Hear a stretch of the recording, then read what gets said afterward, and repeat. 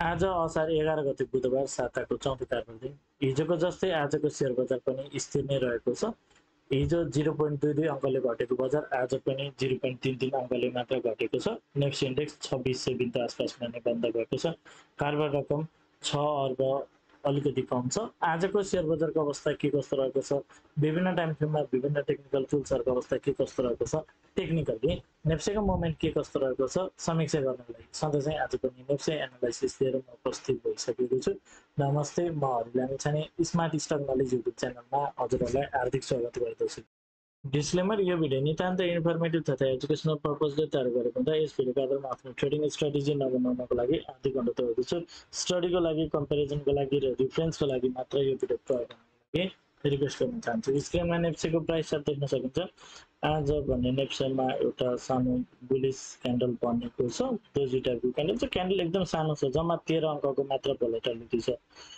2594 तलको बिन्दु छ भने 2607 चाहिँ माथिको बिन्दु छ। 10-11 पोइन्ट मात्र बजार चाहिँ अप डाउन गरेको देखिन्छ। क्यान्डलको साइज अत्यन्त सानो छ र हिजो चाहिँ एउटा ठुलो बेरिस क्यान्डल बनेको थियो, आज भने एउटा सानो बेस छ। ओभरअलमा 2 दिन तेज घटेको बजार अहिले साइडेज बसिरहेको रूपमा लिन सकिन्छ। कारबार रकम चाहिँ हिजोको भन्दा थोरै केही बढे पनि 6 अर्बभन्दा कम नै छ। अगाडि विगतका केही दिन यताको कारबार रकम चाहिँ दाँचो हुने एकदम कम छ। अब आजको इन्ट्राडे चार्ट मार्केट ओपन भएकोले त्यो सुरुवाती चरणमा थोरै केही माथितिर गएर चाहिँ एउटा एग्रेसिभ फल भएको थियो, जुन सुरुमा घटेर एउटा लो लाग्यो, त्यो नै डेलो भएको देखिन्छ। त्यसपछि भनेपछि माथि चाहिँ प्रेस गरेको थियो, तर अगाडिको लेभल पार गरेन, फेरि तल आयो, तर केही तल आएपछि केही पोइन्ट सुधार गरेर चाहिँ बन्द भएको छ। ओभरअलमा बजार चाहिँ स्थिर जस्तै चाहिँ हिजोको क्लोजिङको आसपासमा बन्द भएको छ। र ओभरअल हामीले हेर्छौँ भने मार्केट साइडेजकै रूपमा लिनुहुन्छ। आजको मार्केटलाई पनि सुरुमा तल आयो, माथि गयो, तल आयो, फेरि माथि नै गएको छ। ओभरअल साइडेज हुन्छ। यो बिचमा ट्रेन्ड के छ भनेर हेर्छौँ भने हाम्रो मार्केटको अहिलेको लोवर टाइम फ्रेमको ट्रेन्ड चाहिँ ओभरअल साइडेज छ। यो बिचमा पनि बजार चाहिँ माथिबाट तेज घटेको, मार्केट चाहिँ एउटा लो लगाएर चाहिँ पुलब्याकमा जाँदैछ भन्ने कुरा थियो। तर यो अहिलेको क्यान्डल स्टिक सेटअपहरू हेर्दा चाहिँ यो पुलब्याक सकाएर फेरि तलतिर जान खोजेको हो कि भन्ने खालको प्याटर्न चाहिँ देखिएको छ। त्यही पनि हामीले यो जबसम्म 2550 ब्रेक गर्दैन तबसम्म चाहिँ मार्केटको माथितिरको चान्सेस पनि यो लोवर हाई चाहिँ यहाँनिर नभएर अझ यो माथितिर नै जान्छ कि भन्ने हिसाबले लिन चाहिँ सकिन्छ। तर अहिले सुरुवाती चरणमा यो क्यान्डल स्टिक फर्मेसन अनुसार चाहिँ बजार तलतिर जान खोजेको हो कि भन्ने खालको प्याटर्न छ। 2550 ब्रेक नगर्दासम्म केही माथितिर जान सक्ने पोटेन्सियल रहे पनि ओभरअलमा चाहिँ बजार 2550 ब्रेक गरेर तलतिर जान खोजेको रूपमा लिन सकिन्छ। अब जाउँ 15 मिनट्स टाइम फ्रेममा। सेम सिनारियो 5 जस्तै 15 मिनटको टाइम फ्रेममा पनि मार्केट स्ट्रक्चर बेरिस छ। अगाडिको लोलाई ब्रेक गरेर मार्केटले लोवर लो फर्मेसन गरेको छ र जहिले पनि मार्केटले चाहिँ एउटा स्ट्रक्चर क्रिएट गरिसकेपछि पुलब्याक जाने गर्छ। सो सुरुवाती चरणमा चाहिँ हामीले मार्केट माथितिर गएको भाउ चाहिँ एउटा पुलब्याक मात्र हुनसक्छ र फेरि यसरी घटेर तलतिर आउन सक्छ भन्ने हिसाबले पनि लिन सकिन्छ। सो 2580 ब्रेक नगर्दासम्म केही माथितिर जान सक्ने पोटेन्सियल भए पनि ओभरअलमा तेज घटेको बजार एउटा चाहिँ रिब्यालेन्स गरेर फेरि तलतिर जान खोजेको हो कि भन्ने सेटअपमा नै मार्केट हो। तर माथितिर जान्छ, केही माथितिर जाला भन्नको लागि चाहिँ यो अगाडिको हाई मिन्स 2630 चाहिँ पार गरेर माथि गयो भने एक लेभलमा माथि पो जाने हो कि भन्ने पहिलो इन्डिकेसन। सो 2630 भन्दा तलको मार्केट चाहिँ तलको डिरेक्सनमा हामी हेर्न सक्छौँ। 2630 पार गऱ्यो चाहिँ ल अब चाहिँ बजार माथि जान्छ कि जाने हो कि भन्ने पहिलो आधार चाहिँ मिल्छ। यदि हजुरहरू एडभान्स लेभलको टेक्निकल एनालाइसिसको कोर्स गर्न चाहनुहुन्छ, विशेष गरी स्मार्ट मनी कन्सेप्ट एसएमसी सिक्न चाहनुहुन्छ भने सम्पर्क गर्नुहोला। साथै मेरो सल्लाहमा सेयर खरिद बिक्री गर्न चाहनुहुन्छ, एज अ एडभोकेटमा पनि मलाई लिन चाहनुहुन्छ, लाइभ मार्केटमा लाइभ टेक्निकल चार्ट हेर्दै सेयर क्यान्डिस गर्न इन्ट्रेस्टेड हुनुहुन्छ भने कृपया सम्पर्क गर्नुहोला। स्क्रिनमा नम्बर छ 9863805867 छ। कल, मेसेज अथवा वाट्सएप गर्न सक्नुहुनेछ। अब जाउँ आवरली टाइम फ्रेममा। आवरली टाइम फ्रेममा पनि मार्केटले चाहिँ अहिले पछिल्लो समयको स्ट्रक्चर चाहिँ ब्रेक गरेको छ। मार्केटले अगाडि मल्टिपल टाइम सपोर्ट लिएको लेभलहरूलाई चाहिँ ब्रेक गरेर तल झरेको छ। सो मार्केटको स्ट्रक्चर अथवा मोमेन्टम चाहिँ बेरिस साइडमा चाहिँ बढी छ कि भन्ने हिसाबले नै हेर्न सकिन्छ। र अर्को यहाँलाई सपोर्टिङ फ्याक्टर भनेको माथि एउटा इम्पल्सिभ डाउन भएको छ।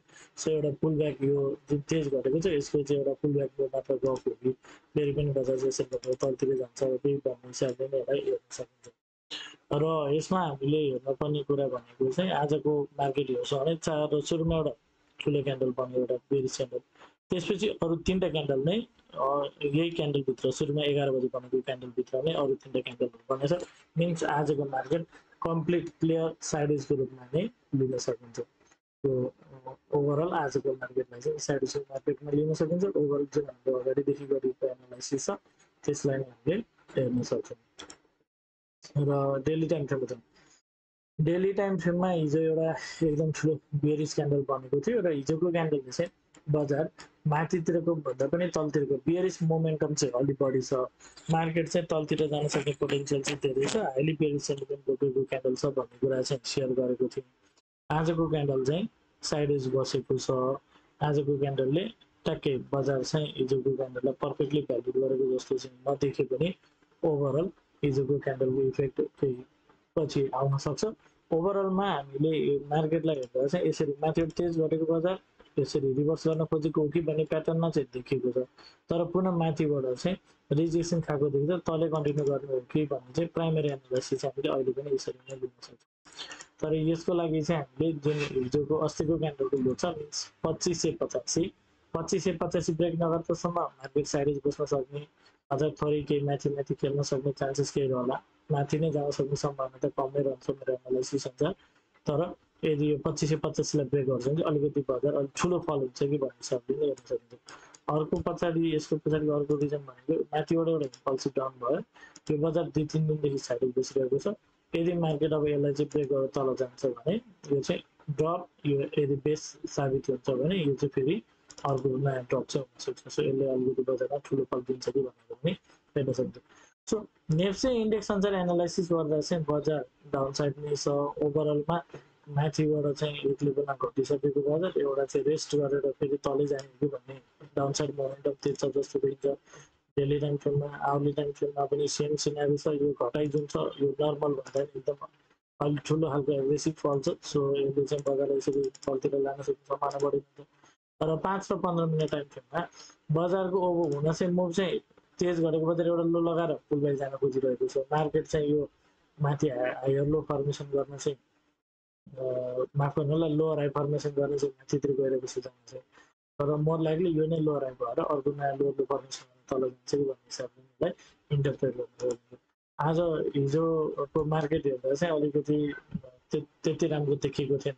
पछिल्लो केही दिनदेखि बजार अलिक तेज पनि गर्यो र खासै पार्टिकुलर स्टकहरूमा पनि मोमेन्टम कम देखेको हुनाले नेप्सेमा ट्रेड गर्न चाहिँ अलिकति जोखिम हुनसक्छ भन्ने कुरा थियो। तर जसले अलि एक्टिभली मार्केट हेर्नुहुन्छ, लाइभ मार्केट हेर्नुहुन्छ, जसले चाहिँ मार्केटलाई बढी समय दिन सक्नुहुन्छ, उहाँहरूको लागि चाहिँ स्टिल ट्रेडिङ इन्भाइरोमेन्ट चाहिँ अझै पनि हुनसक्छ पार्टिकुलर स्टकमा।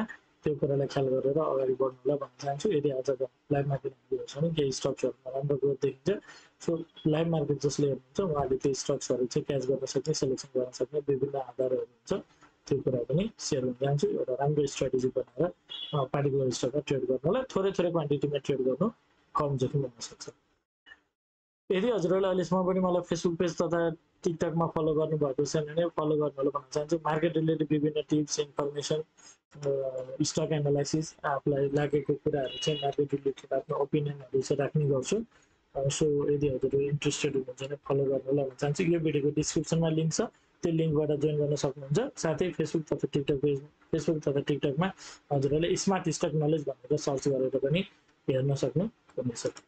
अब कन्क्लुजनतर्फ जाउँ। डेली टाइम फ्रेममा र आवरली टाइम फ्रेममा मार्केट पुरै साइडेज छ र यो साइडेज बसिरहँदा पनि मार्केटको ओभरअल ट्रेन्ड तथा मोमेन्टम चाहिँ बेरिस टाइपको छ। ओभरअल तेज घटेर एउटा बेस बनाएर तलतिर जान खोजेको के भन्ने चाहिँ प्राइमरी एनालाइसिस छ।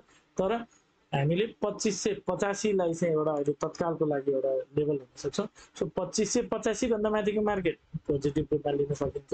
मिन्स अझै पनि केही माथितिर जाला अथवा साइडेज बस्ला भन्ने हिसाबले लिन सकिन्छ। 2585 ब्रेक गरेर क्यान्डल तलतिर लाग्छ भने चाहिँ मार्केट अलिकति अलिक फर्दर ठुलो करेक्सनमा जान्छ कि भन्ने हिसाबले हेर्न सकिन्छ। आजको लागि यति नै। हवस् त, धन्यवाद, नमस्ते।